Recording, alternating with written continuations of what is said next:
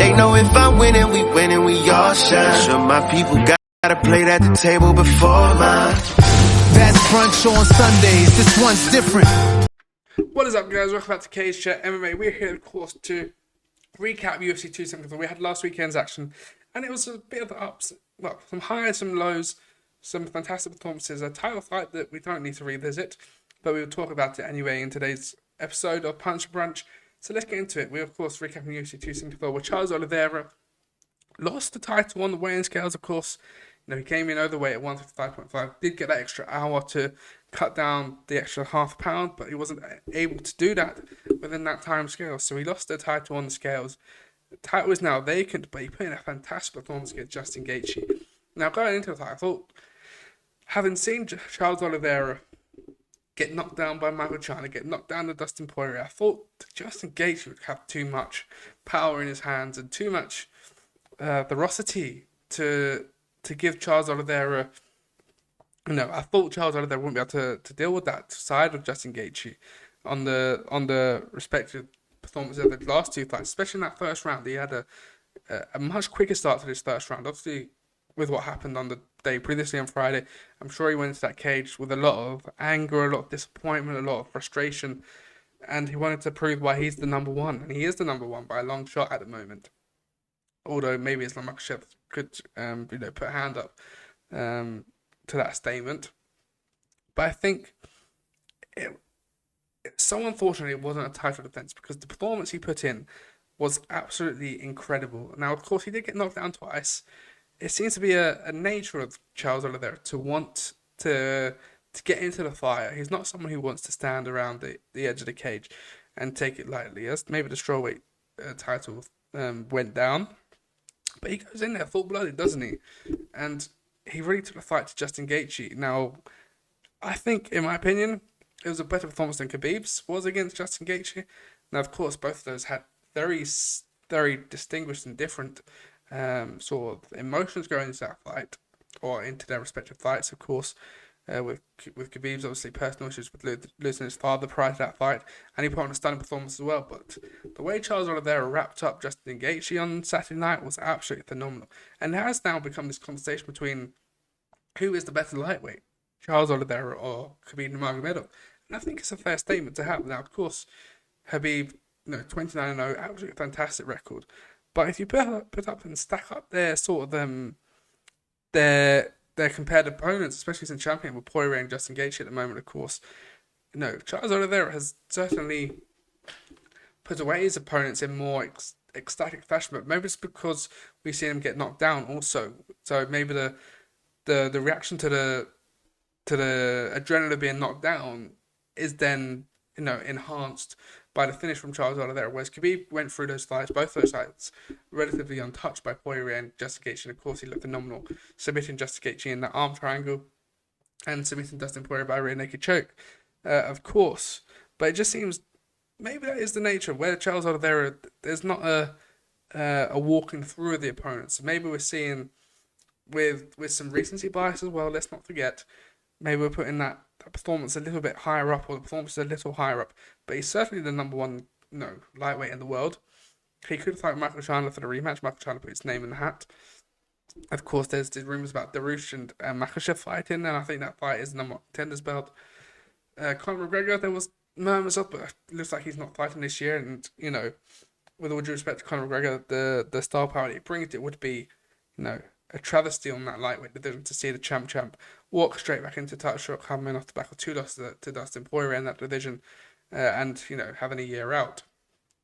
It would make sense financially for both the UFC and Charles Oliveira to make that fight, but on a sporting merit, he doesn't deserve that fight right now. He needs to fight a Michael Chandler or Tony Ferguson, and if he wants that title, put 2-3 wins back to back, probably 2 wins to Conor McGregor back to back, to earn a title shot in this division.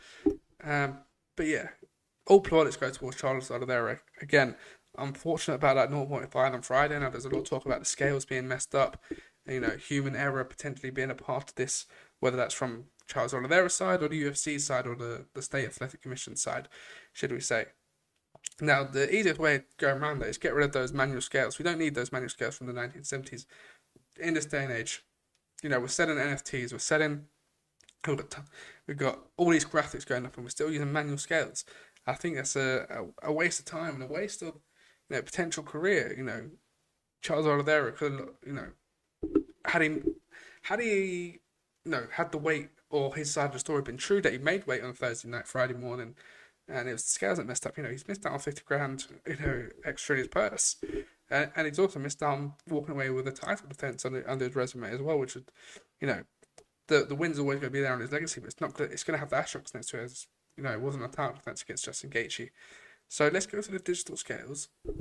And now, of course, there's a lot of talk about the Europeans using kilograms, and of course, the Americans fighting, using pounds to determine their weight during the weight cut. Let's just get 2 scales, one for the Europeans in kilograms and one for the pounds. You just use that one, you just use that one. And that gets rid of that. Or you just make it very simple and say, you sign a contract to fight at 155 pounds, or in this case, or whatever pounds you sign on the contract. Use the metric that is, given to you on the contract to determine your weight. And we use these scales in here and make sure they're calibrated up with the scales out on the stage, and we make sure that that human element of messing up someone's career potentially, had it been a regular occurrence for Charles Oliveira. He's had weight problems before at 145, but not at 55, I don't believe.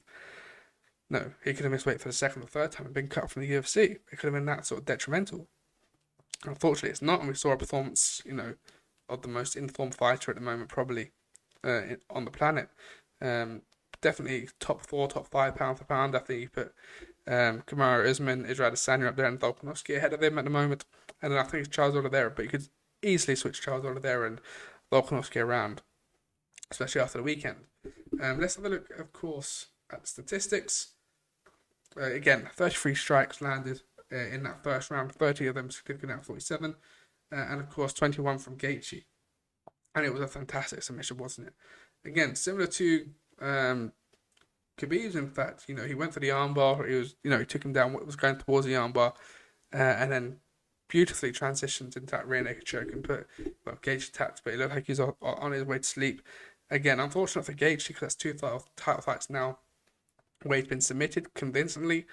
He looked okay in spurts. He did put Oliveira down, thinking that this could be an easy night for Gaethje. But again, similar, we made the Real Madrid comparison in the preview. You can't count out Charles Oliveira. He might be 3-0 down going into halftime, but somehow he finds a way to win. And of course, there was talk about him being a quitter. We can't call him a quitter anymore because he's had three attempts now if he was a quitter, to lay out the white flag. And Chandler would be champion, or Gaethje would be champion, because we would have seen that title fight take place in November in New York, of course. But yeah, Charles Oliveira deserves all the respect in the world in this division. It's just who does he fight next? I think it should probably be Makhachev, although Makhachev is lacking that sort of, despite the Dan Hooker win, he's lacking that huge name at 155, whether, Dustin Poirier, Justin Gaethje, Michael Chandler. He's missing that name on his resume. Dariush has got Tony Ferguson on there, which is fantastic. So I think those two do need to fight before we see a number 1 contender. But Charles Oliveira want a quick turnaround. Of course, there is Alex Volkanovski. Should he beat Max Holloway in the trilogy fight, which is 276? If he does it in quick fashion, which I doubt, because Max Holloway is an absolute he's an absolute warrior, and we've seen that in the fight between Calvin Kattar and Yair Rodriguez. He knows how to put a pace on, and he knows how to go the distance and make. We know what Max Holloway is capable of. So we doubt this could be a quick turnaround. But if it's a quick turnaround, Volkanovski is well within his rights, but his hand up go, I want that champ status. Let me go after Alex Oliveira. Because after that, we need a reshuffle of that division. He's taken out the top competitors. You've got Arnold Allen coming up. You've got Calvin Kattar on a resurgence. He's up against Josh Emmett, I believe. Very soon you've got Josh Emmett himself. So if Alex Volkanovski beats Max Holloway, and we haven't decided on the number 1 contender for the lightweight title, and it's a relatively easy night for him, Alex Volkanovski, be my guest. Go put your hand up and say, I'll take the opportunity to be that vacant title or a challenger up against Charles Oliveira. And similarly, Michael Chandler can have that rematch. We'll talk about his performance a little later, but of course, Michael Chandler getting that win against Tony Ferguson. We saw the fight last year for the vacant title. Michael Chandler about 30 seconds away, maybe 40 seconds away from getting his arm raised, but of course the round ended and we know what happened then. Charles Oliveira came out in the second, similar to how Michael Chandler came out in the second against Tony Ferguson, and just blitzed him away. And, he's been phenomenal since. You have to wonder what goes through the mind of Chandler, Poirier, and Gaethje, especially Gaethje this week, having knocked him down and experienced that time in the cage with Charles Oliveira.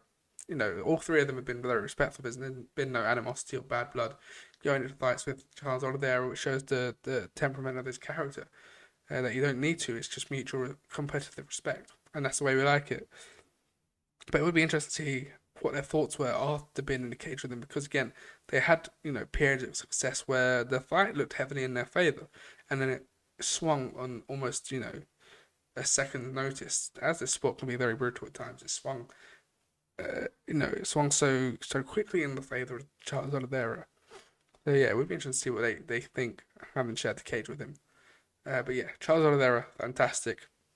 Number one contender now. I just wish that Friday morning he'd made weight. However means that was, again, whether that was his issue, his team's issue. Probably swaying more towards him and his team's issue, because there was only 2 out of 30 competitors that missed weight. But again, we need to do a lot more to remove that human element and human error and potential errors when fighters are making weight. Because again, could have been detrimental if he had made 155 and he started to chill out. Now, of course, he did leave it to the last 5-10 minutes to weigh in, which does, again, put alarm bells on Charles Oliveira and his team, probably more so messing up the weight cut rather than him making a smooth weight cut. Because like Justin Gaethje, he made weight very easily. He was second on the scales and he went away and rehydrated. But if he was 155 and he's then been told to cut down another half a pound, it could have been detrimental to him himself. You can't be cutting weight like that in such short periods of time. It's already a heinous, sort of part of the job. And we're already looking at ways of stopping weight cut and now people fight at a natural weight class. Now, I do think Charles Oliveira is quite close to 155. I wouldn't want to see him at 170. But again, there's questions to be had there. And the main point of call, fighter's safety, is the number one priority. But yes, fantastic performance from Charles Oliveira. For Justin Gaethje next, do you book the fight with Dustin Poirier? Do you do the rematch? Again, do you put him up against Islam Makhachev? But again, if he beats Islam Makhachev, you can't just go put him in there with Charles Oliveira again. It's a real sticky situation, isn't it? Does he look at maybe moving at 170? He's been having a back and forth with Colby Covington. But again, the grappling of Khabib Nurmagomedov and the grappling of Charles Oliveira at the weekend, you probably swing that fight more into Colby Covington's favour, him being the bigger guy, of course. So yeah, Justin Gaethje is a bit of a weird patch, and maybe it's just he needs to see how the landscape goes. Maybe calls out Conor McGregor. That's a fight we'd all like to see, of course. So yeah, I think he's more got away rather than someone's got to call him out, rather than him having to do the calling out, of course. Someone who's not getting called out anytime soon is Carla Esparza or Rose Namajunas. That was a dreadful title fight, wasn't it? We was expecting especially with the resurgence of Rose Namajunas last year beating Zhang Weili in the way she did in that first fight to regain her title and then defend it. We was expecting a much more engaged, venomous Rose Namajunas, someone to get vengeance against someone who beat her for the strawweight title back in the Ultimate Fighter, of course. But Rose Namajunas didn't turn on that. She has got, we don't have any questions of the physical capabilities and skill set of Rose Namajunas, but certainly the mental side and the sort of mentor side of Rose Namajunas' game is certainly in question, and it's happened again. She lost the title to Jessica Andrade. She didn't really feel anything, she felt more relieved having lost the title, and fair enough. It is a lot of pressure to carry that title, and there's a lot of things going on. Of course, they had the bus incident prior to the rematch with Ioana and Jacek. But you thought, Carla Esparza, you want to get that win back. You want to go out and show why you're probably pound for pound number one at the moment, based on the resume that you put on in probably the most competitive division in MMA, especially after Amanda Nunes lost her title, of course, to Juliana Pena. But, we just saw the stats there. 33 strikes landed by Charles Oliveira in one round. That was the entire Rose Namajunas' fight.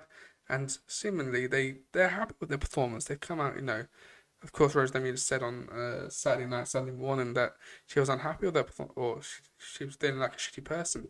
But in no way she said, "Oh, you know what? I didn't do enough." Pat Berry's come out and said that we followed the game plan, which, her game plan wasn't the worst. She'd come along as a grappler who she lost before, albeit, over the 8 years, you've seen a lot more strides being made in the Rose Namajunas side than you have Carla Esparza. Carla Esparza is very much that grappling sort of cliche grappler. She's going to come in, try and take you down, and win the octagon control, and get you with elbows and ground and pound. She's not going to come in and put in a striking masterclass like Rose has the capability to do so. But Rose just stood off her, and similarly, I'm thinking of Tyron Woodley has put in defensive masterclass in the octagon. You can defend the title being defensive. It is the job of the challenger to come for the title, and we've seen that with John Jones, with Dominic Reyes and Thiago Silva. Thiago Santos, not Thiago Silva. PSG defenders not fighting John Jones anytime soon. But Thiago Santos and Dominic Reyes were both in that sort of category of, he didn't do enough to get the title. You were this close. We give John Jones a bit of a doubt. He got that because he is the champion. He did beat him in the championship rounds, etc. That's, the job of the champion is to defend the belt. It's not to entertain the audience, because again, they lose that belt, they lose out on a lot of income and a lot of potential, of course, as well as pride. But Rose Namajunas just didn't want to be in there. I don't think she didn't engage with Carla Esparza. She didn't seem to be receptive to the audience as well. Of course, neither did her team. Saying that they're only booing her because her game plans are working so well, when it clearly wasn't. There's clearly a lot of unrest in the audience and those watching at home, and it was just a poor performance all round. We've seen it again. Adesanya, Romero. Romero didn't come to dance, but Adesanya, put in a performance where he can walk away with the title. And had Rose Namajunas, done maybe 20% more in those rounds to just claim it, because they weren't obviously Carla Esparza rounds, but you're looking at it going, Rose Namajunas just hasn't done anything here. There's a couple of takedowns here and there with Esparza. There's a couple of times where she's landed some okay strikes, but there was nothing that was evidence to say that this is a Rose Namajunas round. It was more, you're looking at Carla Esparza going, she just edged it there. But it was, that close. And had Rose Namajunas, thrown 2 kicks, 3 kicks, maybe, landed a combination, she would have kept her belt. It was a split decision, let's not forget. But Rose Namajunas, it's a poor performance from her, and she's going to have to go away. Look at what happens between Zhang Weili and Yang Jacek. Those two, whoever wins that will be next in line to fight the champion, and Carla Esparza, who's getting married this weekend, I believe. So fantastic for her that she didn't take too much damage in that fight, and she can, be wedded and have the day of her life without the scars and the bruises that she could have got. And with a UFC title wrapped around her waist also, let's not forget. But yeah, it was a poor performance, and I'm disappointed in Rose Namajunas because we've seen a lot better from her. We've seen her a lot more capable. But, as a champion, sometimes it seems that it gets to her too much. And maybe we need to see, Trevor Whitman won the Coach of the Year last year, and he's phenomenal at what he's done with Kamaru Usman, Justin Gaethje, and Rose Namajunas. But he had a poor night on Saturday night. Now, whether that might not be in his control. That might be something where the fighters not listened to him or switched off on the night, not shown up. Where Justin Gaethje, more so, he probably did show up on the night, but he just got beaten by a better fighter. And we know Justin Gaethje's got the capability to throw the game plan out the window and fight fire with fire. But had he got to that second round, I reckon Trevor Whitman would have gone in there and gone, right, calm down. And also, let's not forget, these two fought back-to-back, Rose Namajunas and Justin Gaethje. Being in the Trevor Whitman, gym, be interesting to see how those warm-ups were on Saturday night. Now, of course, Rose Namajunas would have got her normal warm-up, but Justin Gaethje, of course, they would have gone through the plan and the preparation to say, right, while we're out there with Rose Namajunas, you're doing this, and this with ex-coach, I'd imagine. But, having two challengers and 2 fighters in the same gym, in the same corner, going back-to-back, it must be rough work, and it'd be interesting to see. I know they said when Rose and Usman thought, obviously they made Rose the third of the 3 fights, so they could have some space in between for Usman. It'd be interesting to see what happens with that sort of plan, and whether you have an Usman, a Namajunas, and a Gaethje on the same card again, or at least not back-to-back again. Obviously, Gaethje's not going to be fighting for a title next, so we can have a 3-round fight. But yeah, it would be interesting to see what the plan was between Trevor Whitman for his 2 fighters on the night. Pat Berry not given, great a response. Seemingly on the MMA, it's not gone down well on the MMA house, let's say. It went down as well as the fight itself. But let's have a look at the results. 38 strikes landed out 137 over the 25-minute distance. Only 30 landed there from Carla Esparza.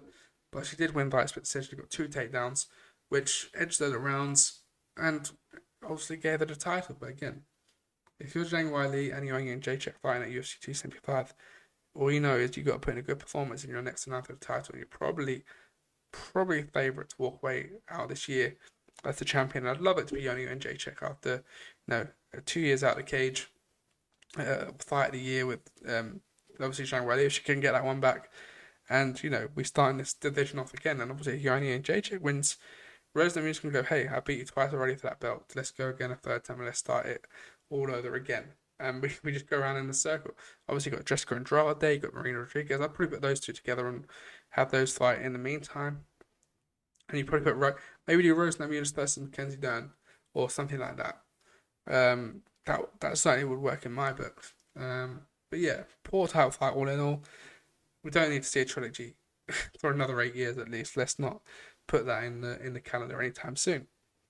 We can always put Michael Chandler in the calendar though. He might have the best 4 fights in UFC history in terms of those 4 fights, and maybe even 4 back-to-back fights. Obviously, you got the likes of Conor McGregor with his run up to obviously Eddie Alvarez. You got Adesanya's run in the UFC. You got but in terms of pure entertainment and enjoyment and the ability to take the moment, Michael Chandler is second to none in his UFC career. Obviously, he signed back in 2019, 2020. Of course, he was back up, and he's been an exemplary professional with the UFC. He's back up to Gaethje and Khabib at 253, 254, and of course, former Bellator champion, he could say, I'm not being a backup to this, but he played the role, he played it fantastic, and of course, he got his reward with a fight against Dan Hooker on Fight Island in January last year. Knocked him out, put one of the best promos on there, calling out Khabib, Conor, I think he called out Gaethje as well on the night. But of course, he went and thought Oliveira for the vacant title. There are people having up and honest that Dustin Poirier didn't get fight because Dustin chose Conor McGregor, and rightfully so. But again, almost knocked out. Charles Oliveira got knocked out himself.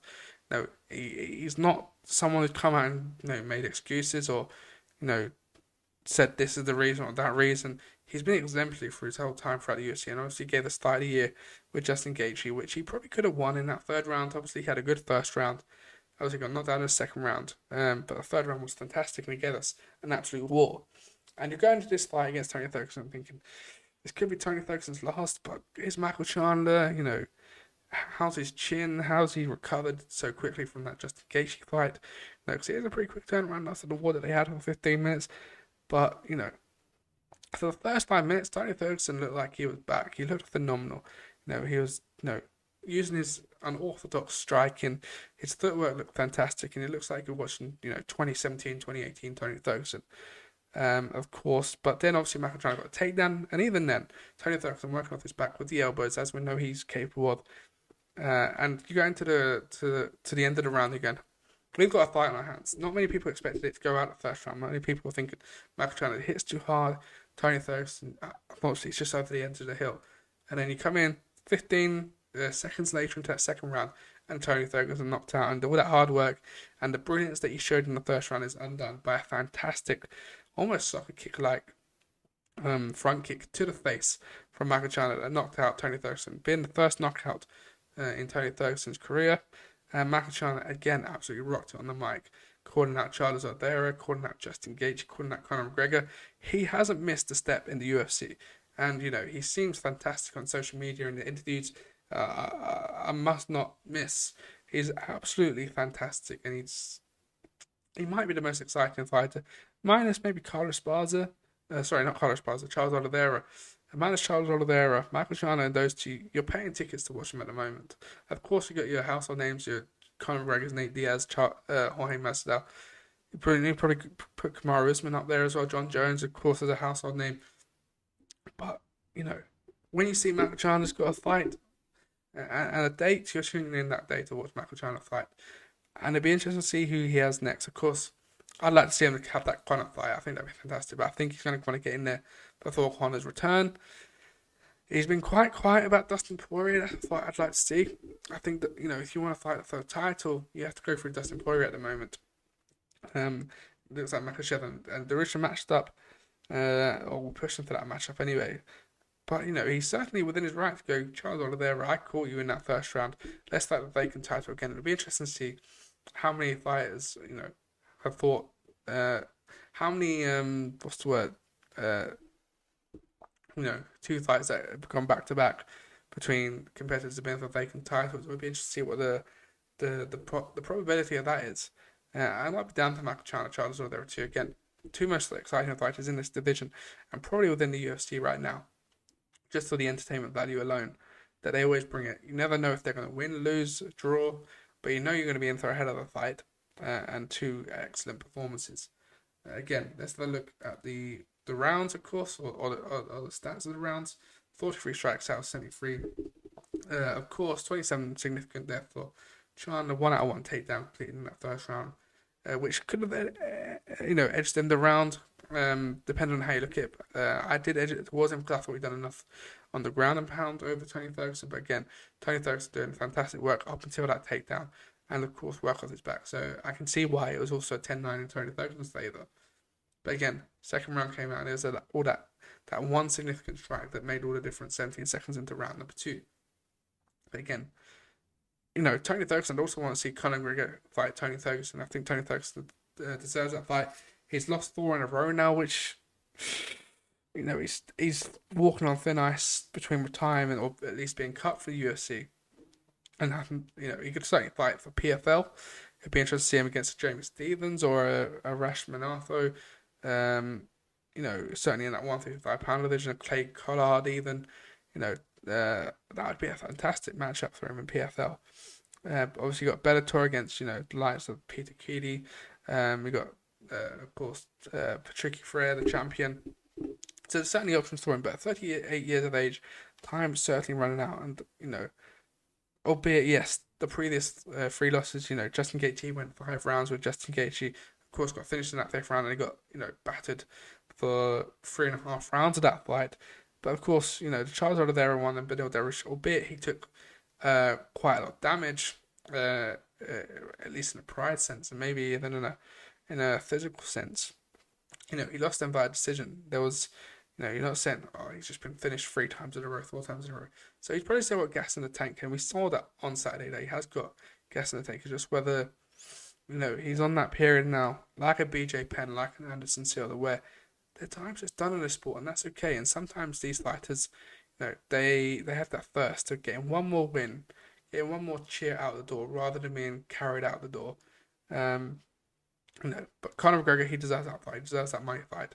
And I see those 2 going back and forth on social media and having that. I'd like to see Tony Ferguson versus Nate Diaz. I'd like to see Tony Ferguson, there's fights out there. Dan Hooker, maybe, who's coming back to 155. That would be a fight I'd like to see.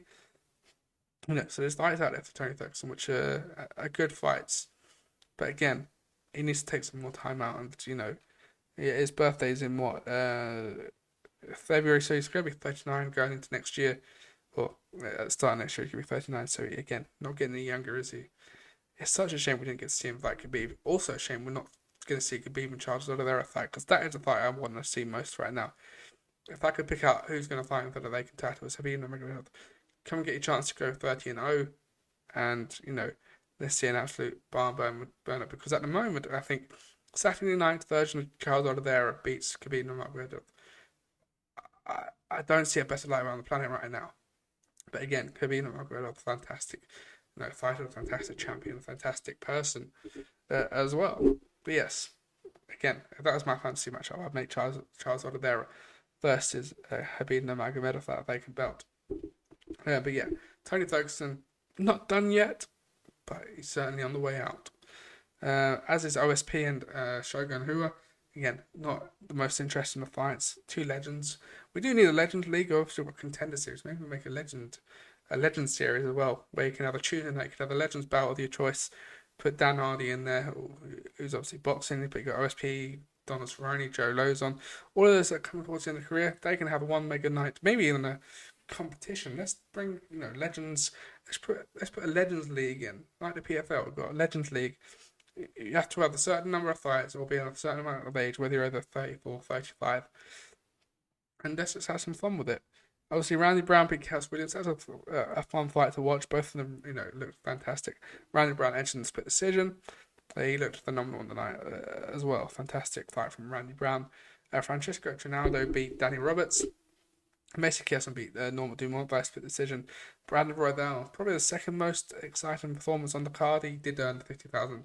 Well, actually, I think they both earned the 50,000 after he submitted. Match now in round 1. They got a fight of the night. So 2 minutes into round 1, they're both getting 50k for fight of the night. Black Guy Ivanov beat Rodrigo de Lima. Andre Fiallo, fantastic. Maybe booking his way towards fight of the year, maybe. With a fantastic win again, and he's looking to be booked at the UFC 275, so he's having quick turnarounds. Tracy Cortez beat Melissa Gato. CJ Thagara beat Clayton Rodriguez. Lupita Godinez beat Ariane Carnelosi by unanimous decision, and Jenny Newson also beat Fernie Garcia by unanimous decision. So again, fantastic night of fights, minus a couple more slower paced fights, should we say. But we get it with the UFC. Most of the time, the fights are 8 out of 10. Of course, we had a couple this week that were hitting the 9s and the 10s with Charles and Michael Chandler. But yeah, fantastic. Fantastic pay-per-viewers. Being in the UK, it was actually one that we could probably stay up for with the entertainment and the fights that we had. And you didn't want to feel like falling asleep, although Carla Esparza and Rose Namajunas, with all due respect to the game, was a good test, should we say. But yes, obviously Bellator took place in France. European series, Bellator are doing fantastic work in Europe. It wasn't a great event. Ryan Bader,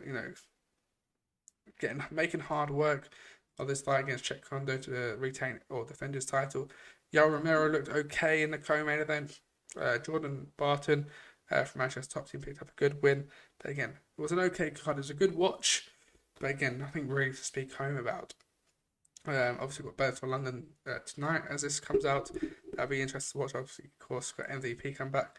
Paul Daly, MMA legend, UK British MMA legend, pioneer, retiring in his final fight. So hopefully he gets the win tonight. But yes, make sure to hit that subscribe button. Make sure to follow us on Facebook, Twitter, Instagram, all that at CageChat MMA. And I'll see you guys on the next video.